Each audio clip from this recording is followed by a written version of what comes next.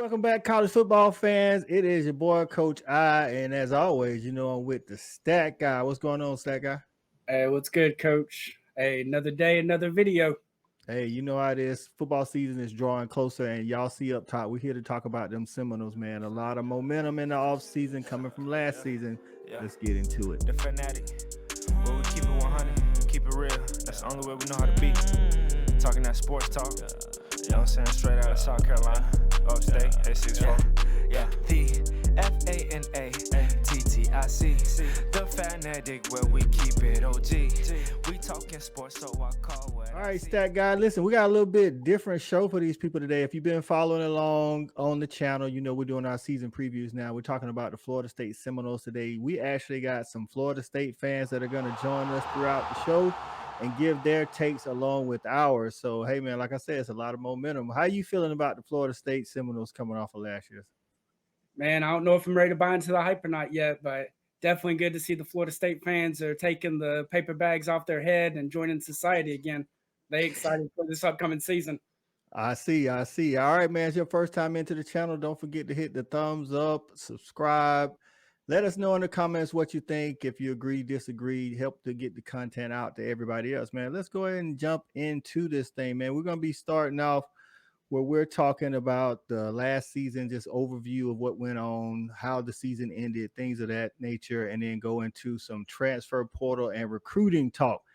To do this, man, we're going to bring up one of the first of our Florida State fans, and he is Mr. Big Bird. What's going on, Big Bird? What's going on, fellas? What y'all doing? How y'all doing? Hey, we're doing good, man. How you feeling about your Seminoles this go round? Hey, man, let me tell you something. I feel real good. I'm gonna tell you, it's like unlike last year, in that LSU game. I think the injuries in that game kind of curtailed, what could have been an excellent season. Okay. My opinion. Yeah, I mean, y'all started out, y'all beat them. And then y'all went on to win 4 straight, and then you had a little slip, but then you got back on track, man. And I thought, man, even those 3 games y'all lost, man, I thought y'all should have won. Those games, especially that Clemson game.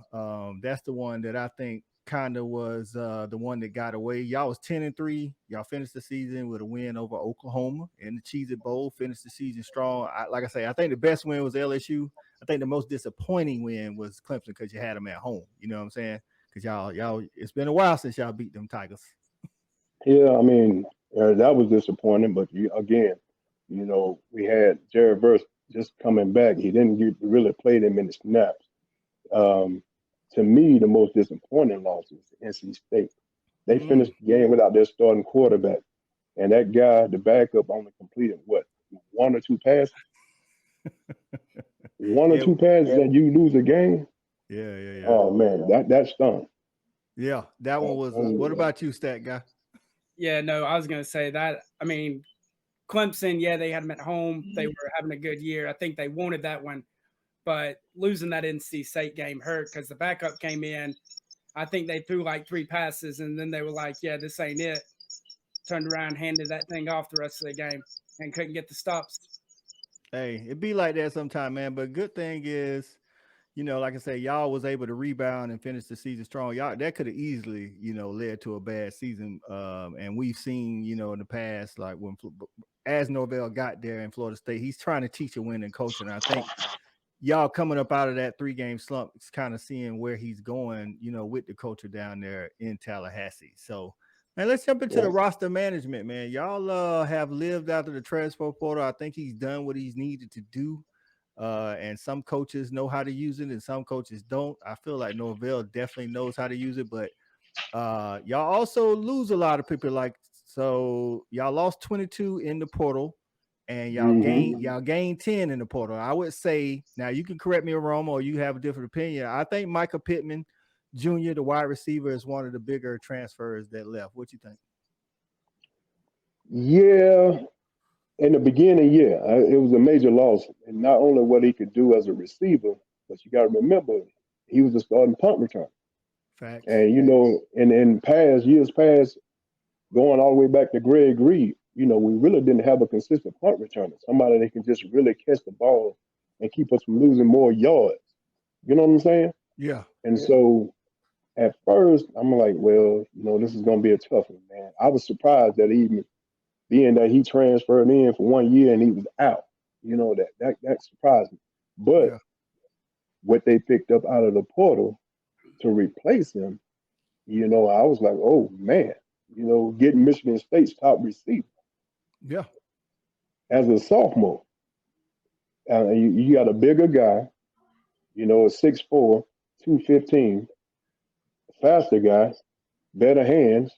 So I mean, you're really not losing nothing. And then I know we're gonna dip into recruiting a little bit. You got a guy who basically is like a recruit but a transfer altogether who signed in 21 class out of Louisiana. I can't. His name is fleeting me right now. It'll come to me in a minute. But Destin Hill. Signed in 21, has some family issues or whatever, and he's finally able to enroll. They stuck with him. He's able to enroll. And from all accounts, he's going to be that guy to replace him in the punt return game. Well, y'all got some, I think the receiver core is pretty deep. Like I say, you did lose Pitman, but you added Keon Coleman from Michigan State. And I think that's one of the keys to the season because, Jordan Travis, we know what he is. He's good. And he needs his weapons around him to perform. So, Stat Guy, what are you seeing out of that portal? I mean, you're a South Carolina fan, and y'all lost Jaheim Bell, and he's down there in Tallahassee now. What you think about the portal management and recruiting? Because they were 19 overall in recruiting, third in the ACC.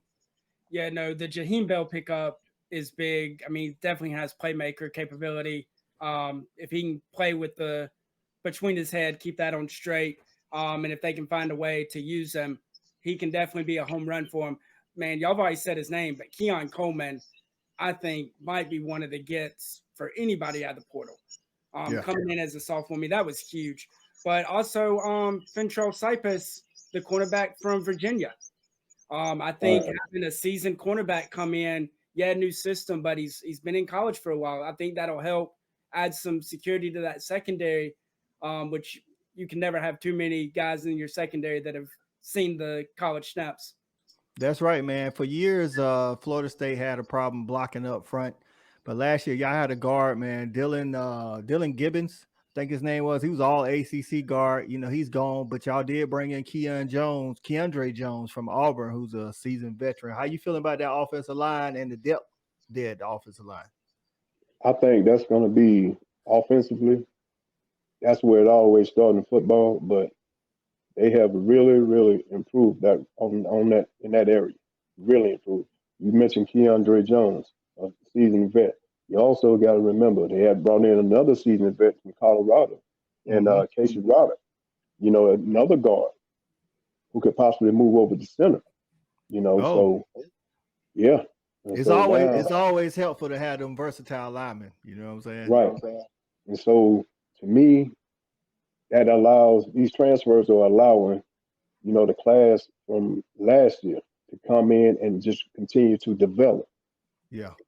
They signed 6 linemen last year, and you got a class 2 years ago, and then you got a class this past year. So now they are developing, and you got your starting lineup from last year. So hey, I think we're gonna be strong. Yeah, and I think you hit on something, man. I think Norvell's been doing a good job in the portal. Basically, like you say, bringing in guys so that the younger guys can develop, because ultimately that's how you build a program. You got to be able to build depth, and he's bringing in these guys that can play right away while he's developing the guys that you're recruiting. And eventually, I think, like we see this year, he only brought in 10, transfers, whereas years past it was definitely way more than 10. I think that number is going to continue to go down, and he'll probably use it like some of the more elite coaches, like just as like some glue type deal. You know what I'm saying?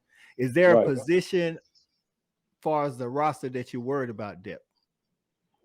On the position, and I think that kind of is like a wait and see for me, would be at the safety spot. Okay. They're young. We talking about sophomore and freshmen. You have to rely on true freshmen that play in the box, specifically a strong safety or rover, whatever you want to call it. You're relying on freshmen there. So, until they get it, things up on a couple of games up under their belt, get used to acclimate to the speed of the game, whatever, that's going to be a kind of a question mark for me. Cornerback, not so much. Linebacker, not so much. I like the linebackers. I like how they've developed, especially under Randy Shannon. The defensive line, to me, I think they're going to turn some heads. The D-line and linebacker core is really going to turn some heads.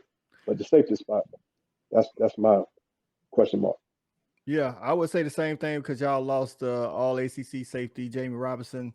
And like you say, when you got all ACC caliber player and then you're trying to replace them with guys who got talent but are inexperienced and know how to, sometimes they might not know the coverage or whatever. It's going to be interesting to see. But the good thing is you mentioned the defensive line. It's always good to have a good defensive line to bring in them young guys in that secondary. You know what I mean? Right. I think, when you got a good pass rush, it really helps people out because you're forcing the quarterback to get rid of the ball and disrupt timing in the passing game. So I think they can stay healthy. That's going to help out a lot. I'm looking for Patrick Payton, you know what I'm saying, to have a really, really big year. There it is. Okay, Patrick Payton. We're going to be on the lookout for Patrick Payton. You called it. You like it because of the last name, huh? Oh, no. No, man.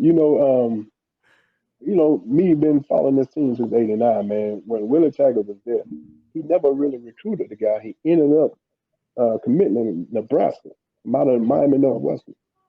So when Norvell got the job, he came. They flipped him back. He came in very undersized at 205 pounds. Now he's up to 250. He always had the get off. He was always, really good against the run. So now he's starting to incorporate that pass rush. He's starting to get more moves in the pass rush game. So I look for him to take that step, man. Okay. And he's long, 6'5", 6'6", coming off the edge. Check him out. We're gonna have to keep an eye on Mr. Payton there, man. We appreciate you, Bird, man, coming in, dropping some of that knowledge on us about the last year's season and some of that roster management, man. We appreciate you. We're gonna have Bird back on later this season, man. Y'all stay on the lookout for my man Big Bird talking some Florida State. We out of here. Hey, I got one more thing to say. Go ahead. I'm going to that Clemson game, man, and I hope to have me a bottle. You remember what happened last time we was up there and it got out of hand. Yeah. Shot for every touchdown. All right, Big Bird. I'll be right there with you, man. Hey, we'll have them bottles ready. All right, man. Y'all take it easy. Take it easy. All right, man. You see, man. Listen, man. We bringing in the Florida State fans, so y'all can't say that we just giving our opinions. Stat guy, what you think, man? That roster management, you confident in it? I like Florida State's roster. They brought 8 back on offense.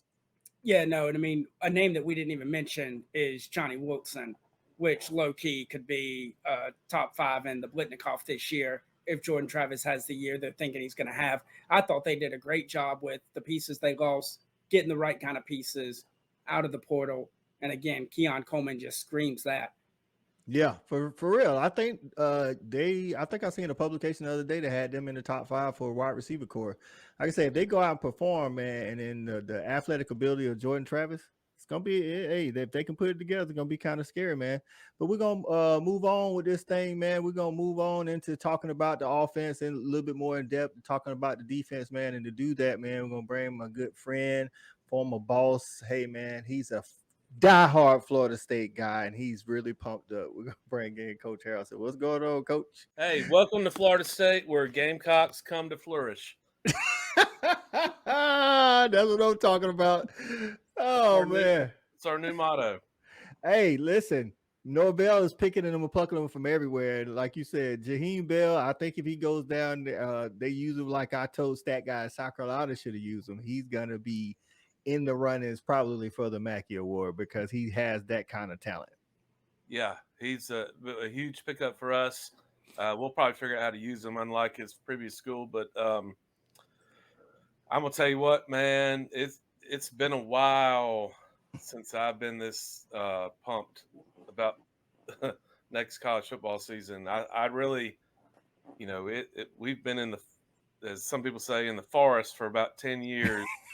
I think we're coming out this year strong. I mean, you look at what we have coming back offensively is scary. I mean, if and you're always an injury away, or Always. Yeah. Mm-hmm. I mean, I mean, you take Jordan Travis for example, who I think has got to be probably top 5 Heisman candidate if he can repeat what he did last year. Yeah. I mean, he threw for over 3,000 yards. He rushed for over 400, 31 touchdowns. I mean, he's a threat. I mean, I think his legs are. What he really impressed me with last year was his progression as a passer. Yeah.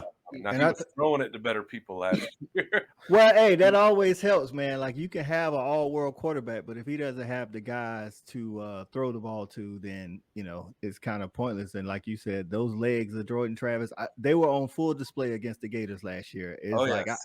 I was watching this dude, like I was like, it's like if they was playing tag, I don't know if they would have touched him. It's like he was all over the place. Well, the one play late in the game where he broke like 4 tackles and did a whirly bird and ended up. Yeah. Well, they didn't score. His knee touched the ground first, but I mean, he's special, and I think to me the biggest thing, we have a lot of great skill people. The Okay. biggest difference in the last 4 or 5 years is up front. Yeah. If you go back to 2019, we had the worst ranked offensive line in Power 5, I remember. and I mean it was like Swiss cheese. And the work that Norvell and especially Alex Atkins, our O-line coach, who's now OC, has been tremendous. And it all comes back to the portal. I mean, that's how they have built this offensive line. If you take, we bring, I think, 4 starters back. We lost Gibbons at guard. Mm-hmm. Everybody else who played significance is back, but we might have 5 different starters this year because of the portal. So we built some depth, and I think that's where that's where you win games is up front. That is correct. I think Florida State has had some talent. It's just like you definitely haven't had the depth that you have this year. This year, you guys are like I said, wide receiver core is loaded, and then you just added on to it with Keon Coleman. Yeah, and most people don't even talk about running backs. I mean, we've got Trey Benson, who ran for 990 yards and 9 touchdowns. We got Toafili behind him, who was 500 yards and 5 touchdowns. I mean, I think the biggest thing with Norvell is a balanced offense. And then you got 6'7" Johnny Wilson, and you bring in 6'4" Keon Coleman. We get Winston Wright back this year, who didn't play last year because he was in a car accident at the beginning of the year. I mean, he had 63 catches at West Virginia 2 years ago. Yeah. I do think the unicorn, though, is something I'm really interested in seeing is Destin Hill. Okay. He hadn't played in 2 years. People even thought he didn't exist. He was like some myth for 2 years, but he is finally enrolled, signed. He's a speed burner. I think he adds that to our receiving core. I mean, what are you going to do? You got 6'7" Johnny. You got 6'4" Keon Coleman. We actually, and everybody talks about Jaheim Bell. We also got another kid in the transfer at tight end, Kyle Morlock, who's a 6'7" kid. And then Benson in the backfield and Jordan with his feet. Man, come on. You want to outscore us this year, barring injury. And I know that's part of the game. Yeah. But I think offensively, man, we can. It's going to be it's going to be tough to stop us. Yeah. Stat guy, what you got on that offense down there at Florida State, man? Yeah, man, the offense is loaded, and it was going to be loaded without the portal. And then they just went and hit home run after home run inside the portal. And then, like Coach said, like Big Bird said, I mean, you adding guys like the Hill kid that didn't even exist, and now he got a burner to take the top off with the size. And again, I mean, the depth on the O-line is just crazy because with that depth, they're going to be consistent. They're going to bang people around, and then they got the running game behind it. I really think this might be one of the most complete offenses in college football this year. Well, I will say with the depth of the offensive line, it's not just like redshirt freshmen behind them. We've got 13 guys that have played meaningful minutes in college football, which I think and you're going to get dinged up. You're going to lose linemen throughout the year, but to be able to replace them with a Jeremiah Byers who started 30 games at at UTEP. I mean, it's something we haven't had in a while. So tell me on the other side of the ball, after scoring all those points, how you feeling about the defense? Like, I think the front seven is pretty solid. I think, like you said, we said you lost Jammie Robinson, but you brought in Fentrell Cypress from Virginia, who was all ACC corner. What you Yes. feeling about the rest of that secondary, though? I think it's a lot of inexperience back There is. I hope we just outscore people. I got you. And I'm not saying our defense is we've got some talent, especially in the front four. And if you have a really good front four, well, that kind of takes the pressure off the back end. Yep. Cypress was a huge pickup for us. Greedy Vance last year, coming from Louisville, kind of came into his own. He ended up with 3 or 4 interceptions. We have two really, really good linebackers, but to me, that's where our depth. We don't have the depth right now as a linebacker. Oh, okay. I got you. But a good front four can kind of hide some of those things, which I think our front four, if we stay healthy, is nasty. I mean, you're talking about Jared Verse, who he ended up with 9 sacks, projected to be a top 10, top NFL. 5. Yeah, I've even seen him as number 1 today. I was number 1. Yeah. Patrick Payton on the other end, who I think is going to benefit from some of those double teams. We got Fabian Lovett decided to come back. He played most of the year hurt. Actually, didn't play. He got hurt in the LSU game and didn't play again until the Florida game. We got a good transfer guy from Western Michigan, Braden Fisk. To me, the key to our defense going from good to great is if Darrell Jackson, who is coming from Miami, gets his waiver approved. He's been at 2 schools, which is kind of against the rules. I got you. There's an issue with his mom being sick. If he gets approved, he's a monster. And if he can play next to Lovett inside and have Verse and Payton on the outside, man, good luck. You have to score 60 on us. I mean, it's going to be a really, really good season for us, I believe.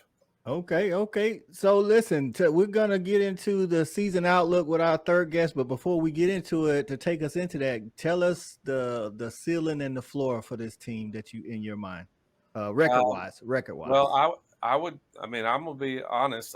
I think the ceiling is 12-0. Okay. I think we'll know right off the bat against LSU. Having to go to Clemson.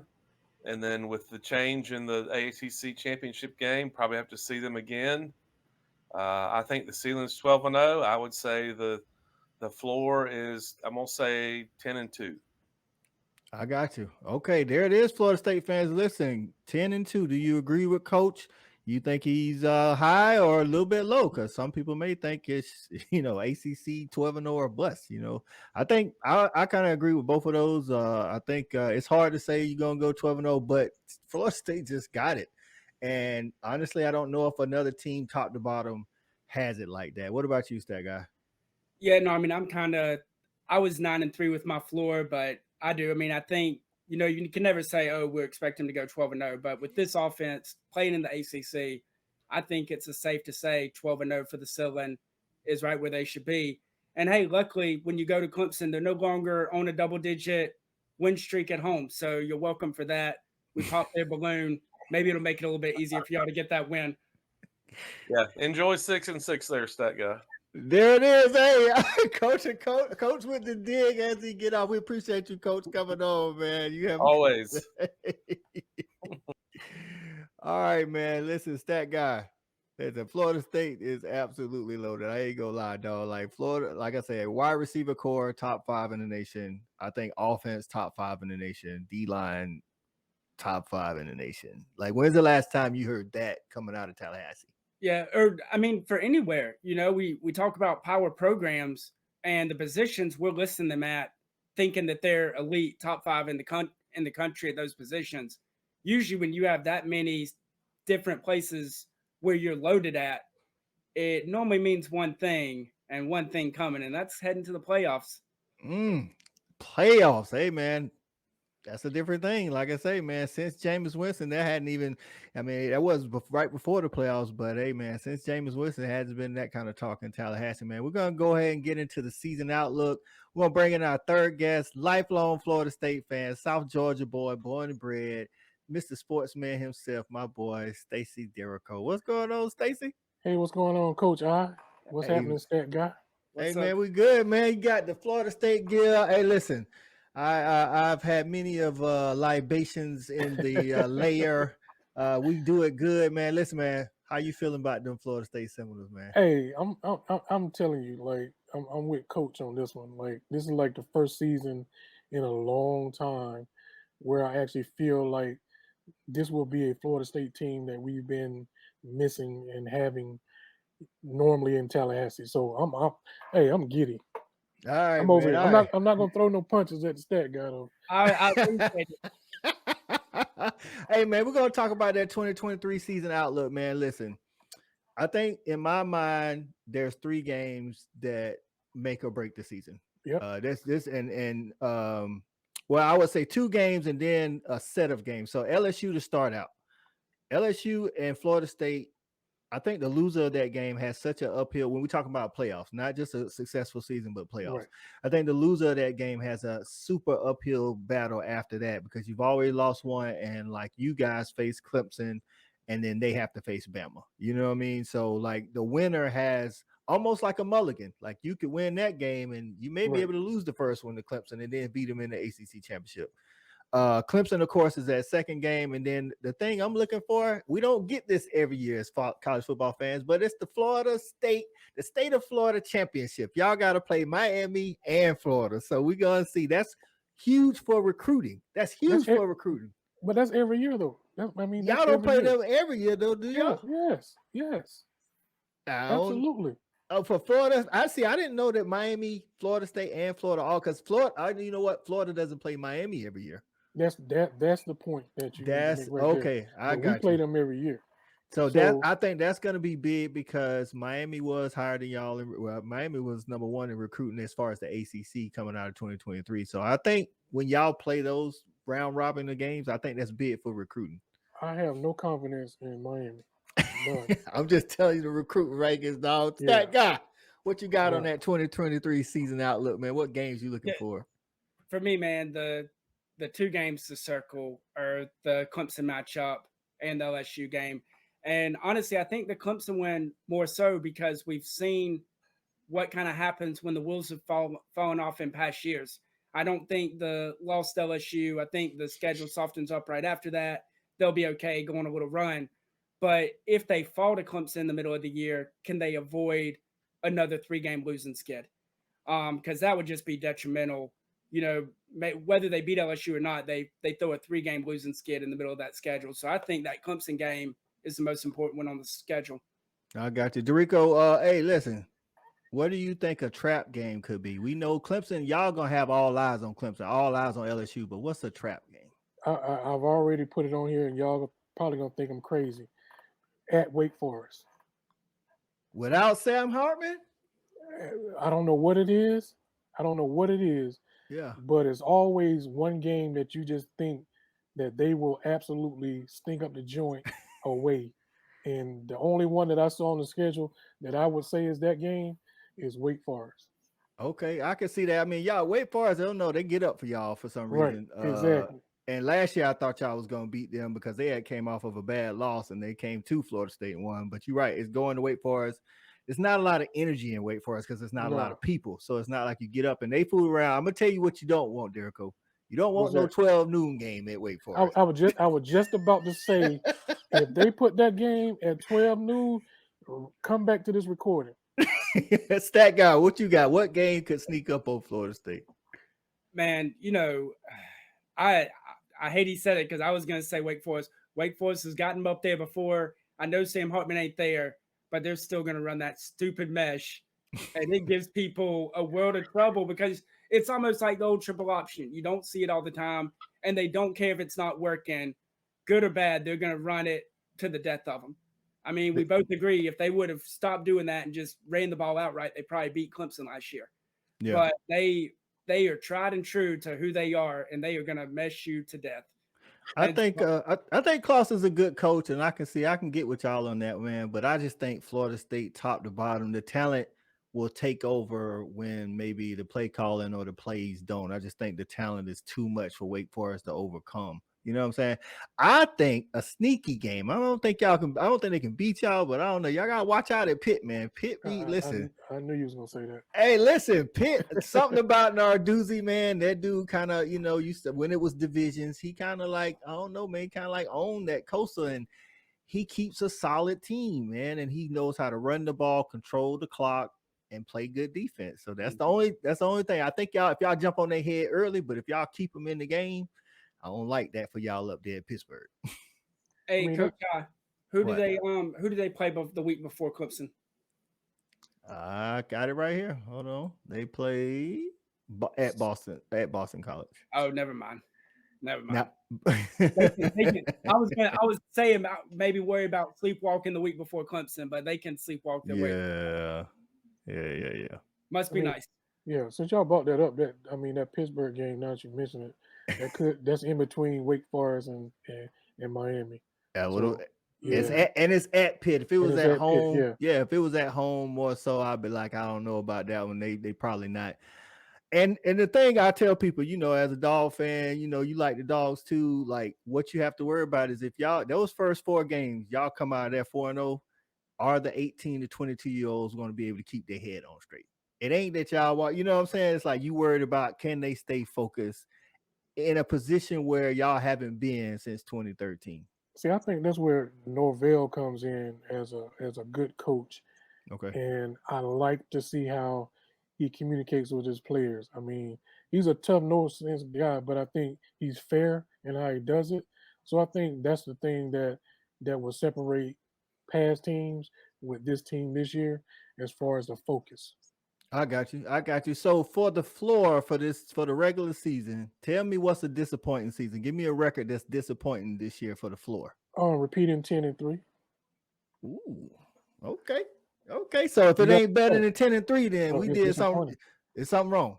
Right. Something went wrong. Looking at the schedule, yeah. If you lose 3 games this year, during the regular season, something wrong. That means you got trapped once, and you lost to a team that you probably should have beat at the last minute.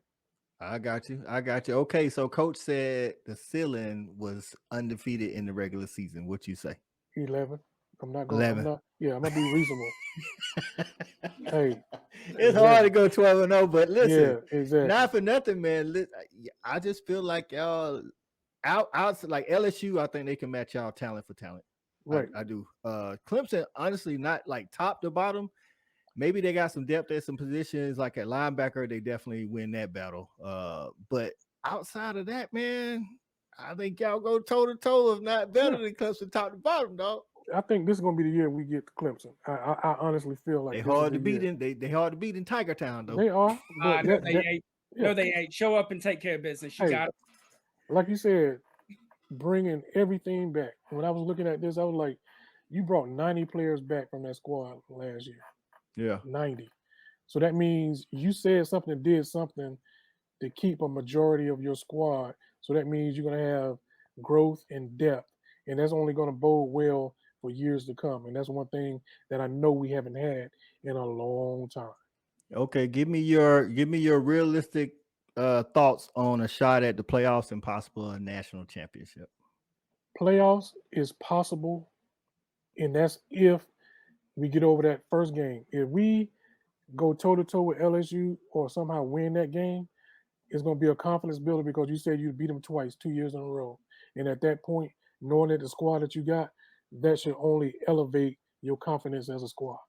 So if that's the case, I'm saying playoff championship, I'm gonna be realistic. I mean, there's some dogs over there in the SEC that we know got some horses.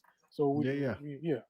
Hey, well, the good thing is y'all see, man, if you got a good elite passing game, you can run with the dogs now. So, Stat Guy, what you thinking, man? Playoff chances and natty chances. Hey, man, look, when teams like Florida State are good, it's just better for college football.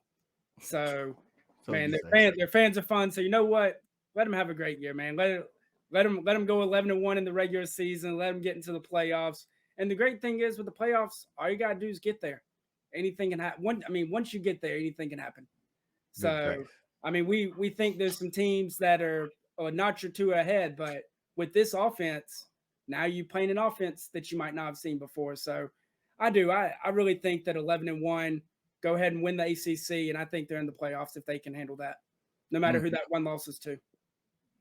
That's big time right there. Like you said, it could be LSU, could be Clemson. Either way, you get Clemson again, even if it's Clemson. And if it's LSU, that means you're running the table, and for sure you're going to be in the playoffs. So I'm with y'all, man. I think the playoffs is definitely attainable. I actually think with this schedule, with the people coming back, the firepower that y'all got, honestly, like I think the floor could be 9-3, but I think it's a disappointing season if you don't win the ACC. Like if you don't win the ACC, something went terribly wrong. Like it was a lot of injuries, or I don't know what. That's the only thing I can foresee that why y'all shouldn't win the ACC. Right. I get that Clemson has ran the ACC. I just think y'all gonna get them at a time where y'all offense is more experienced than their defense, even though they got some guys on defense. Y'all get them early in the season, and then by the time y'all get to the conference championship, y'all defense will be just as seasoned as their new offense, and I think y'all could possibly beat them twice. So Clemson has really benefited from FSU and Miami being down at the same time. Ooh, you said some stuff. Clemson fans, listen, Coach, I did not say that. That was coming from Derico, the Florida State fan, man. Listen, we appreciate Derico joining us, Coach joining us, Big Bird joining us, man. Y'all don't forget to comment, like, and subscribe. Let us know what y'all think y'all agree with or y'all disagree with, man. For the stat guy, all of our guests tonight, Derico, I'm Coach I. We out. Peace. We got it jumping like it's that valley. I call my dogs out the pound, let's go eat.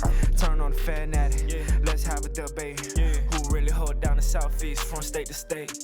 What team hungry gonna eat everything up off they plate?